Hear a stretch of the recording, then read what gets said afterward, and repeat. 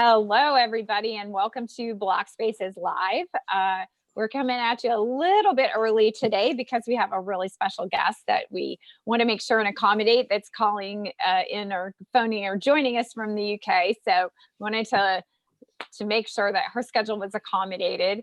Have a very good show for you today, and it's something that has come up in our space quite a few times, is the understanding of the Hyperledger project, which is we were actually in the space when the Linux Foundation launched the Hyperledger project, and there has been interest and sometimes some confusion about what that project is.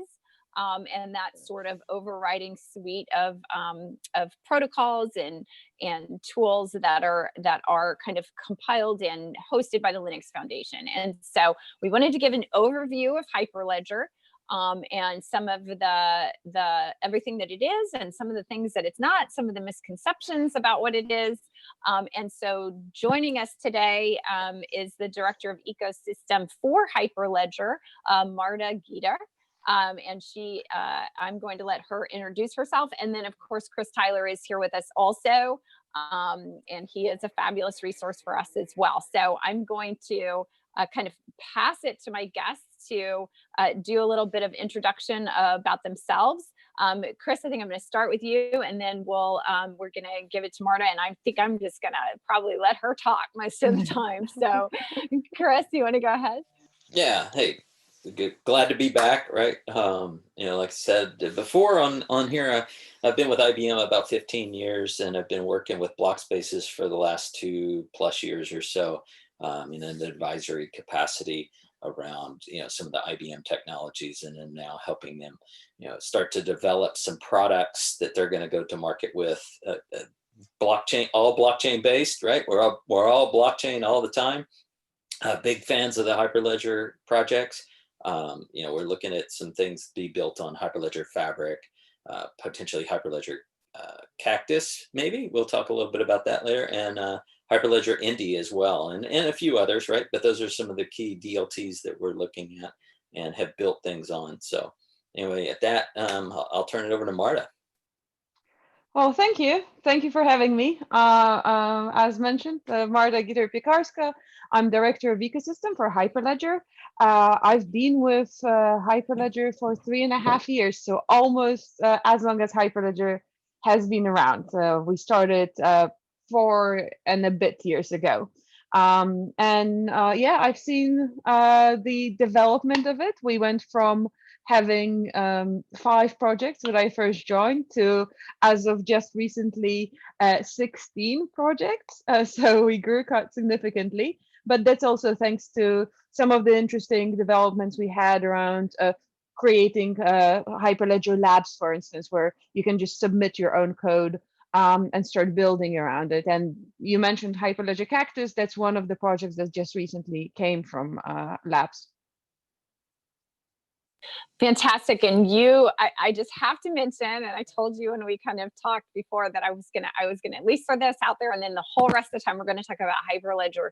But you did do some work for Blockstream, which I know to some of our audience is going to be very fascinating. So if you could just speak for a minute and maybe explain to the audience what Blockstream is, super quick, and then that transition from working with Blockstream, which is of course as kind of crypto focused as you can possibly get, and now kind of switching over and working with Hyperledger, and some of your just kind of thoughts about that. Sure. Oh, I mean, I owe a lot to Blockstream and guys there. It was incredible journey. So I actually never wanted to work in I want to say I never wanted to work in Bitcoin or blockchain industry. As a matter of fact, I didn't know what Bitcoin or blockchain is when I went for lunch with some of the Blockstream people. So basically a friend of mine co-founded Blockstream. Blockstream had like 15 co-founders. And I used to work with him when I worked on some projects with Mozilla. And he called me up and said, well, I started this little thing, and it would be quite cool if you wanted to meet the team. And I said, yeah, sure, why not? We can always grab a lunch. We went for a lunch, and I saw the most eclectic and incredible group of men. It was the only men that I could ever imagine. Like one was wearing a leather jacket, another one had blue hair, another one was wearing, glasses and looked really geeky. I was like, who are those people and what do they do? Yeah, they were talking all sort of interesting things. We talked a lot about philosophy, as I remember, and politics a bit. And they were constantly talking about this, concept of Bitcoin and cryptocurrencies. I'm like, that's just for drugs, right? And well, thankfully, they did forgive me being completely ignorant, and I came on as the security architect for Blockstream. But when you work in a startup, and I've seen Blockstream through just the end of seed round and then through whole A round. So pretty early days when we were basically doing everything. So I would do anything from the website through white paper writing, through security audits, working with green address later on, and so on. And I went from zero of like not knowing what the Bitcoin is to really deeply understanding the difference between cryptocurrency, the different opportunities that cryptocurrencies give, and the underlying technology. And I'm very kind of naive person, I guess, that likes to likes to save the world and believe that everything will be beautiful. So when I heard about the blockchain being able to help with like aid delivery or developing countries and financing in developing countries and all that, I was like, wow, this technology is so much more than just us in privileged world earning some money. And that's when I decided to kind of move on and start looking around. And I was lucky enough to meet Brian Bellendorf, our executive director, who wanted to work with me. That's really an amazing story. And, I think that's mimicked my journey in many ways, except, I didn't get to work with Blockstream, but very much the same kind of journey that I had, in this kind of fascination with, some of the promise of the technology itself and how transformative can be in business, which of course, kind of leads us to Hyperledger. Like I mentioned, I remember when Linux Foundation launched Hyperledger, my partner and I have been in this space since about 2012, 2013.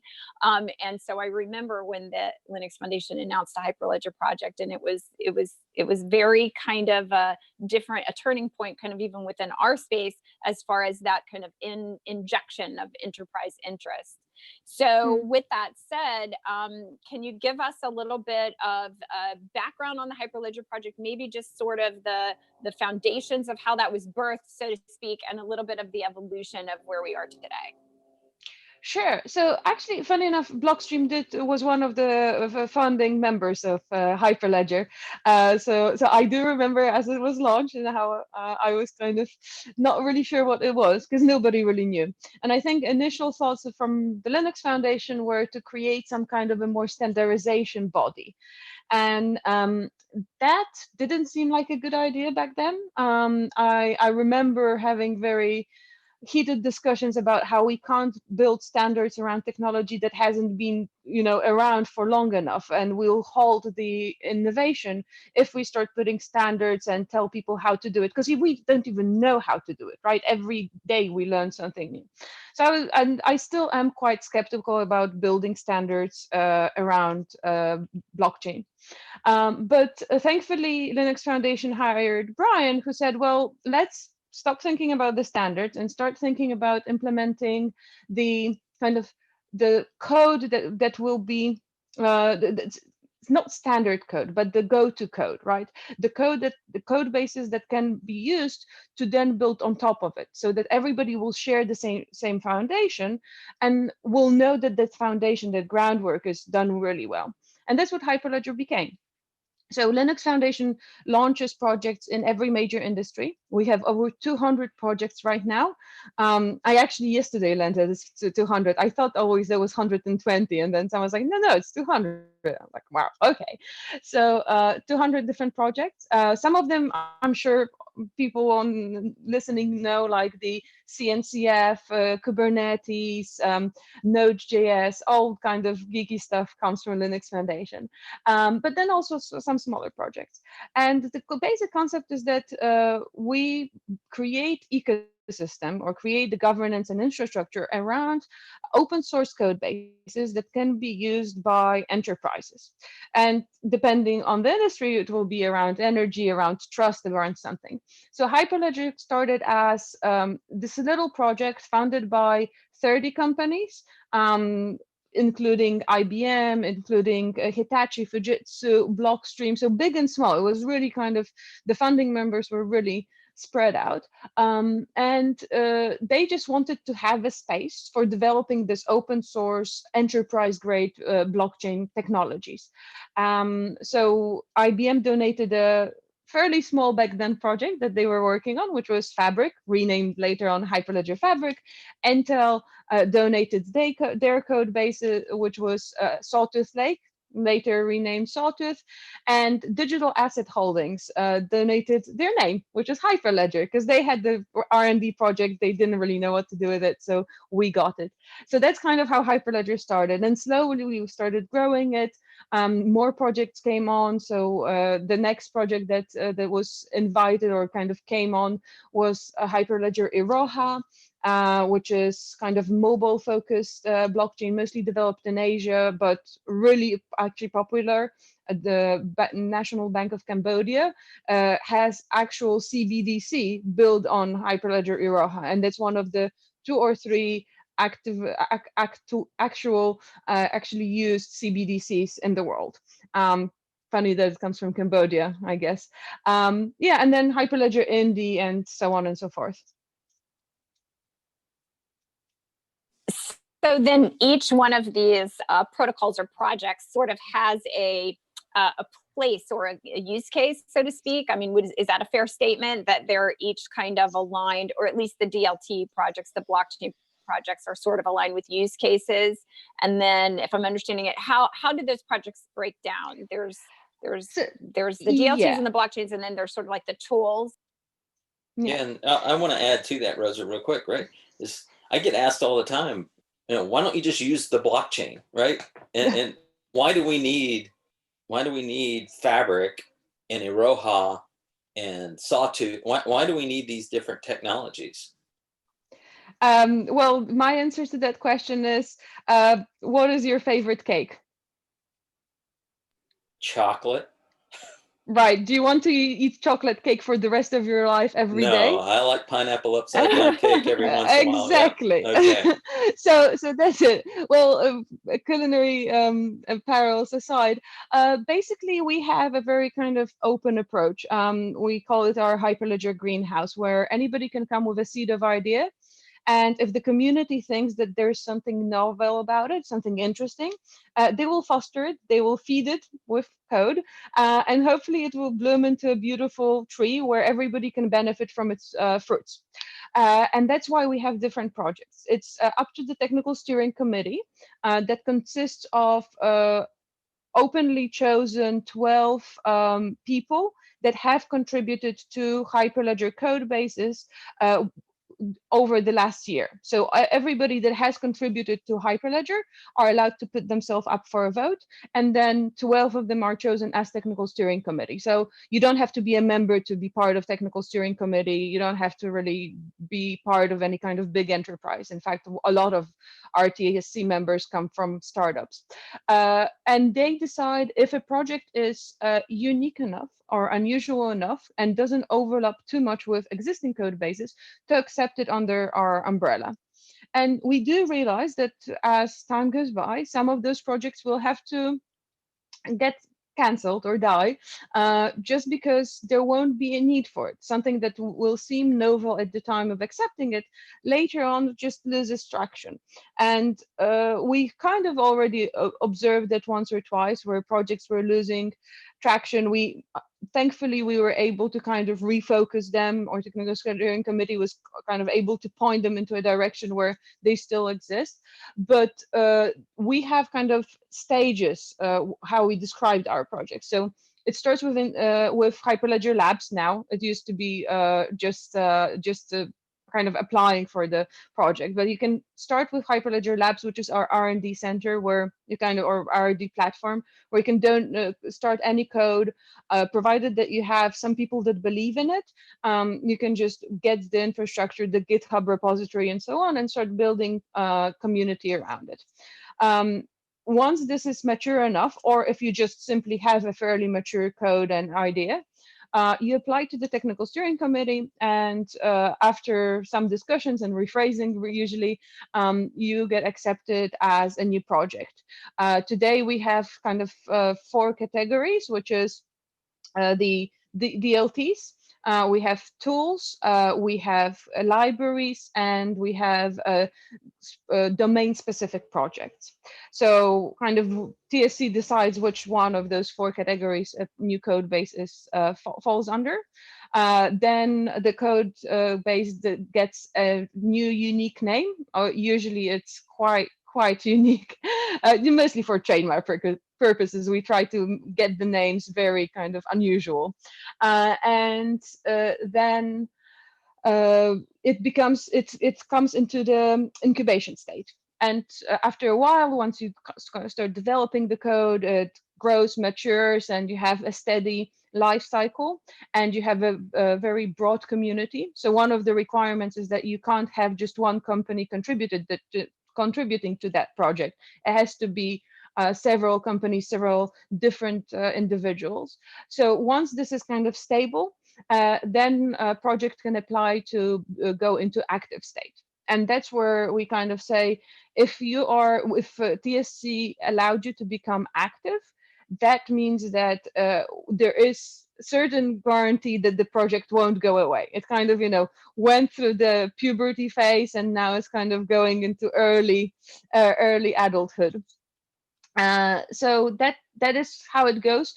And then after some time, if there is such need, thankfully we don't see much of it, projects may get deprecated. But of course, when they get deprecated, it's not like we just delete all the code and you can never access it again. It is always accessible. You can always download it.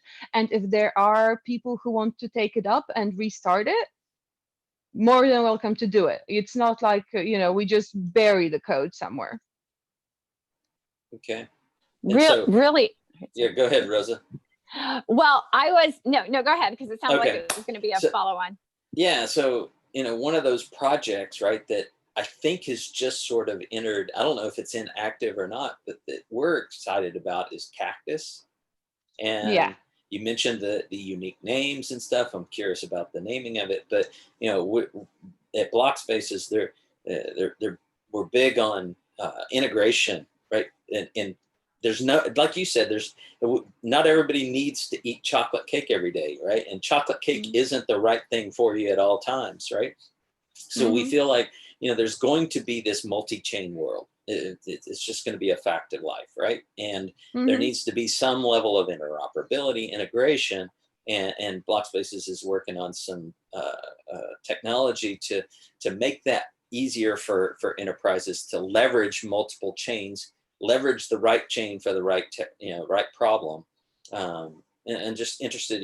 Cactus sounds promising for some of the things that we're building, and just want to pick your brain on where did the name come from, and a little bit about Cactus. Sure. So Cactus has just been introduced to Hyperledger main greenhouse. It was a lab project. So it is very much an incubation state, and it is very much a very young project. But we did believe, or TSC really believed, that there is space and there's a need for further engagement. And we wanted to promote it from labs because we felt like this is when the brand will come from, it will become popular. And exactly as you're saying, you heard about it. You didn't hear about it when it was called Blockchain Integration Framework and it was part of Hyperledger Labs. The idea, it's really interesting actually, because the whole idea came from one of Hyperledger events where some of the representatives or people working for Accenture and some of the people working for Fujitsu started talking, just corridored conversation. And we're like, yeah, we are working on this integration platform. Oh, we are working on an integration platform as well. Well, how do you do it? Well, we do it this way. Turned out that basically two companies independently were developing very similar projects, or at least the idea was very similar, while the code itself was quite different. And they did what all smart people should do, which was saying, okay, well, let's look at each other's code and see if we can actually combine it into one and make it open source, because anyway, they were planning to open source it, and submitted it as a lab. So that happened about 6 months ago or something like that. And it was slowly going, and it was obviously getting quite a lot of attention from the community and from people who do visit labs from time to time. And then during Hyperledger Global Forum in Phoenix this year, it was probably one of the last in-person events, definitely one of the last that I've been to. It was at the beginning of March. So the team kind of got together finally face to face, because they obviously live all over the world and code all over the world. And sitting under the palm trees in Arizona in the massive heat, did very big progress. So from something that was kind of toying around with the idea, they basically were able to sit together and for 4 days code straight away and create something that was quite mature, or quite interesting at least. So that's where the name comes from, because it was created in Arizona, and Arizona is famous for its cactus. Actually, I was very, very fond on the name prickly pear or opuntia rather than cactus, but it is kind of good because it has those little mini cactuses that it works on, that grow on the big mother cactus. And that's what basically the BIF or cactus is. It's an interoperability and integration platform, which allows you to build plugins that connect to any chain. And the beauty of it is that you can actually, it is already integrated with Hyperledger Fabric, Hyperledger Sawtooth, Corda, Ethereum, and Quorum. And if you want to build an integration to, say, multi-chain or to whatever, Iroha, you can just take the code, build the plugin, which hopefully is quite simple. As I understand it, it's quite simple to build a plugin, and then start using it, or just simply keep it for yourself if you believe that it's something that you don't want to donate to the community. But the core code will be always open source, and you will always be able to integrate through it. So it's basically like an SDK that is designed to help with integration.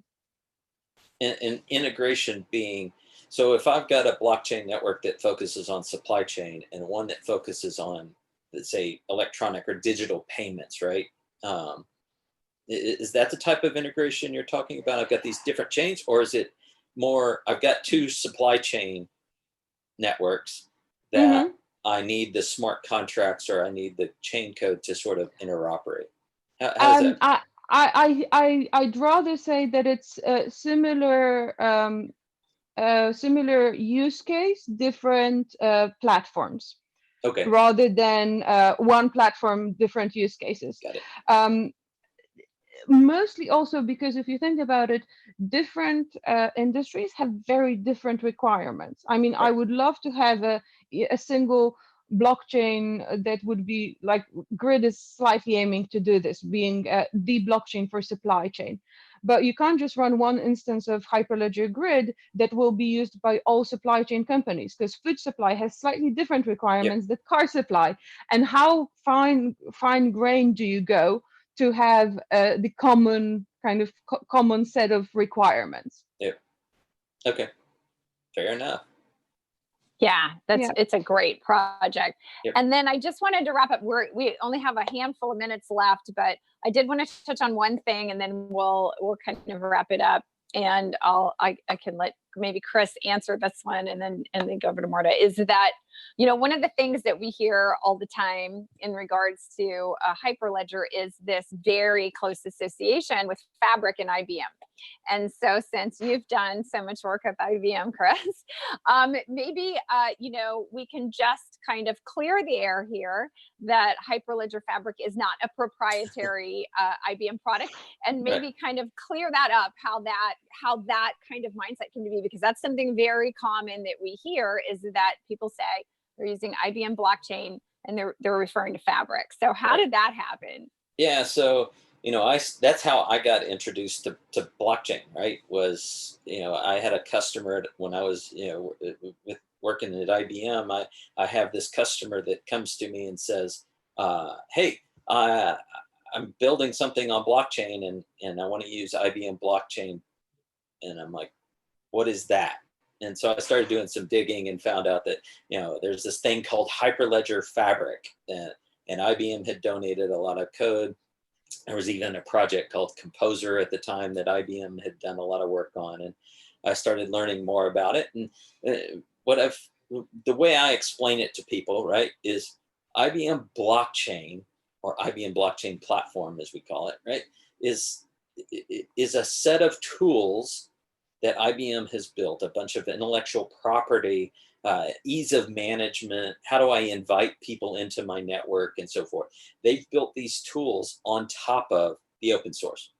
So if I want to build a network that I want to deploy into IBM blockchain, I can build it on Hyperledger Fabric. And it's a specific version of Hyperledger Fabric. I think it's 2.0 at this point, right? But anyway, so you just build on the open source. And what IBM blockchain adds on top of that is, how do I deploy my chain code? How do I manage my network? If I need more nodes, I just basically push a button. I don't have to do any configuration down at the low level. So that's what it is. Plus, I don't have to worry about the software, right? IBM takes care of that as a managed service.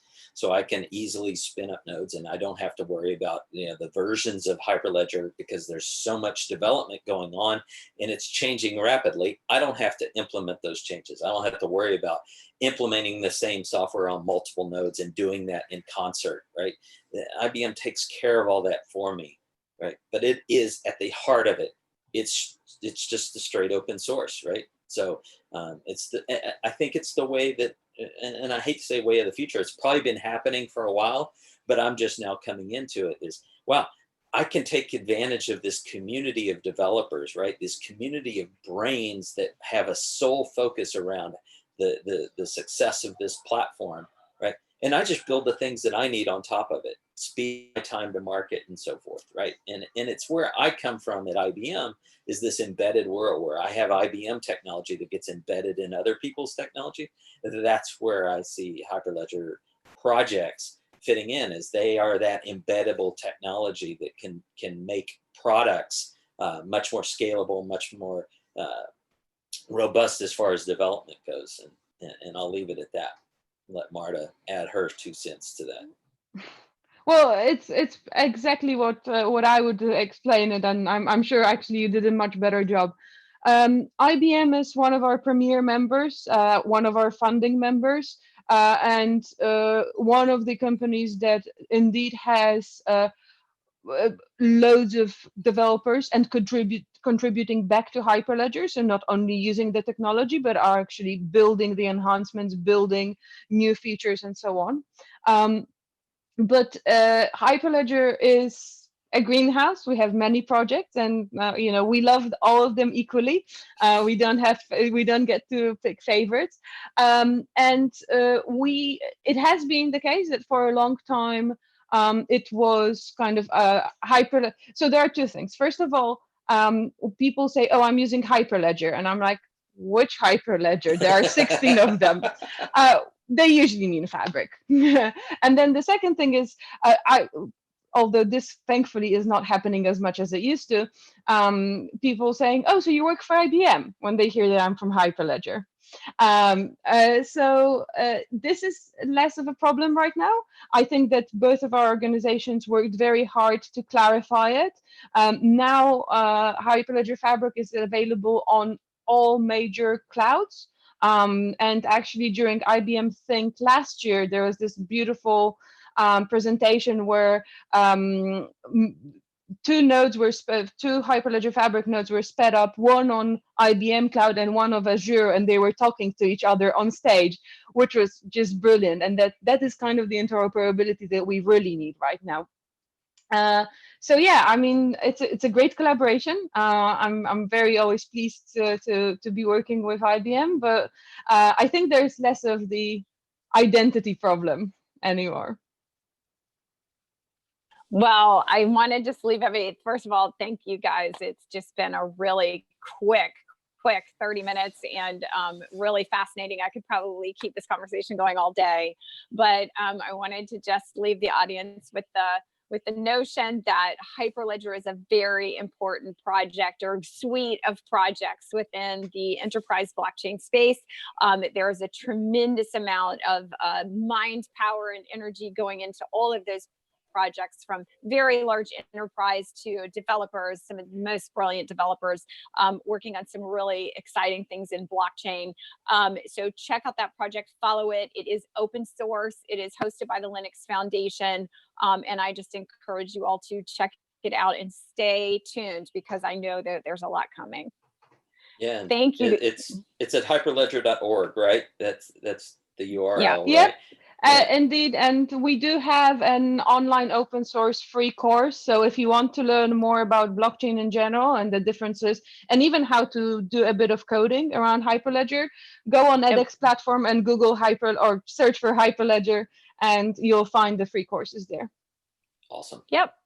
And if you want to talk locally about blockchain or any of the projects that BlockSpaces has happening, check us out at blockspaces.io. You can email me directly at rosa@blockspaces.io, and we will see you guys next week. Thank you so much. Right. Thank you, Marta, very much. Thanks, Chris. Thank you for invitation. Yep. Bye-bye. Bye. Bye.